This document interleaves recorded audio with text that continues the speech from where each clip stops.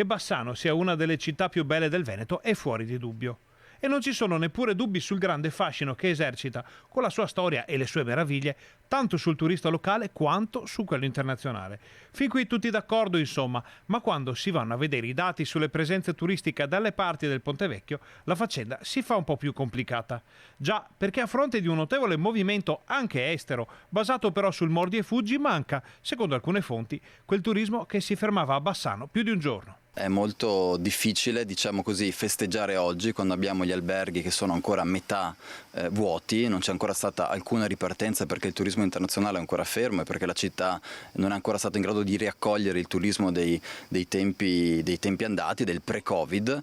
Per questo motivo alcuni albergatori sono rimasti perplessi di fronte ai toni trionfalistici dell'amministrazione di Elena Pavan, dato che i pernottamenti degli ultimi mesi non sarebbero sufficienti per far parlare di una vera ripartenza del settore. Ci sono degli albergatori che giustamente, leggendo questa comunicazione di entusiasta dell'amministrazione che dice siamo tornati al turismo pre-Covid, quello del 2018-2019, sono letteralmente cascati dalla sedia perché la situazione è molto difficile, molto dura. I turisti internazionali non si vedono ancora.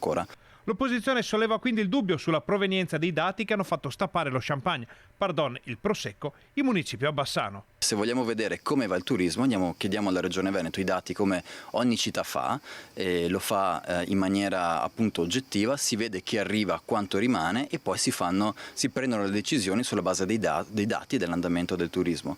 A questo punto l'affondo è durissimo e soprattutto la bacchettata per l'amministrazione di Elena Pavan. Di sicuro non si va a raccontare che un accesso all'ufficio turistico di Bassano in Piazza è l'accesso di un turista, questo non è vero. All'ufficio turismo di Bassano, allo yacht, arrivano anche escursionisti da Cittadella, da Rosà, da Padova, insomma dai paesi vicini che vengono giustamente a Bassano, ma non possiamo parlare di turismo. Prendere delle decisioni o dare il polso alla città sull'andamento turistico sulla base di un accesso all'ufficio informazione turistica non si fa così. Nel senso, Bassano ha deciso di fare questa cosa qui secondo me solo per un motivo di auto-incensare una strategia turistica che in realtà non esiste ancora